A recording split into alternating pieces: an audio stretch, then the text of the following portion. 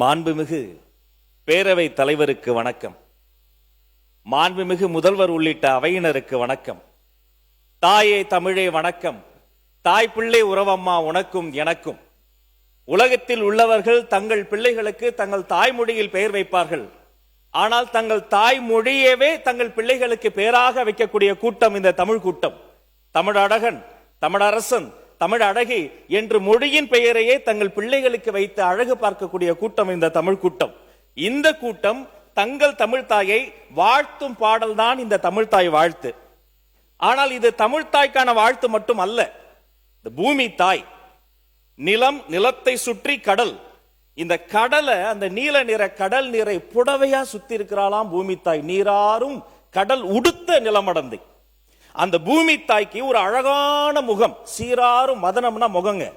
அந்த சீராரும் வதனம் எதுன்னு பார்த்தா திகழ்பரத கண்டம் இந்த பாரத தாய். இந்த பூமி தாய், அவளின் அழகான முகம் இந்த பாரத தாய். அவளுக்கு சிறு பிறை போன்ற ஒரு நெற்றி, அது இந்த தென்னிந்தியா. அந்த நெற்றிக்கு அழகு அதில் வைக்கிற ஒரு பொட்டு, அது இந்த தமிழ்நாடு என்னும் தாய்.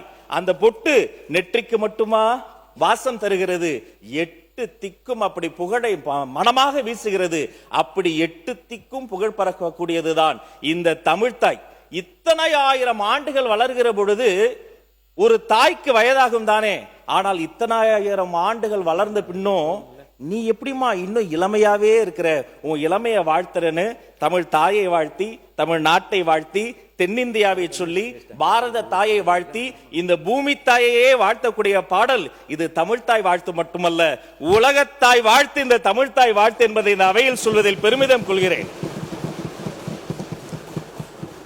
அப்படிப்பட்ட இந்த தமிழ்தாய் வாழ்த்திற்கு தமிழ்தாயின் தலைமகனாம், தமிழக வெற்றி கழகத்தின் வெற்றி தலைவராம், எங்கள் நெஞ்சமெல்லாம் நிறைந்திருக்கிற மாண்புமிகு தமிழக முதல்வர் கொண்டு வந்திருக்கிற இந்த தனி தீர்மானத்திற்காக அவரை இருகரம் கூப்பி வணங்கி வாழ்த்துகிறேன்.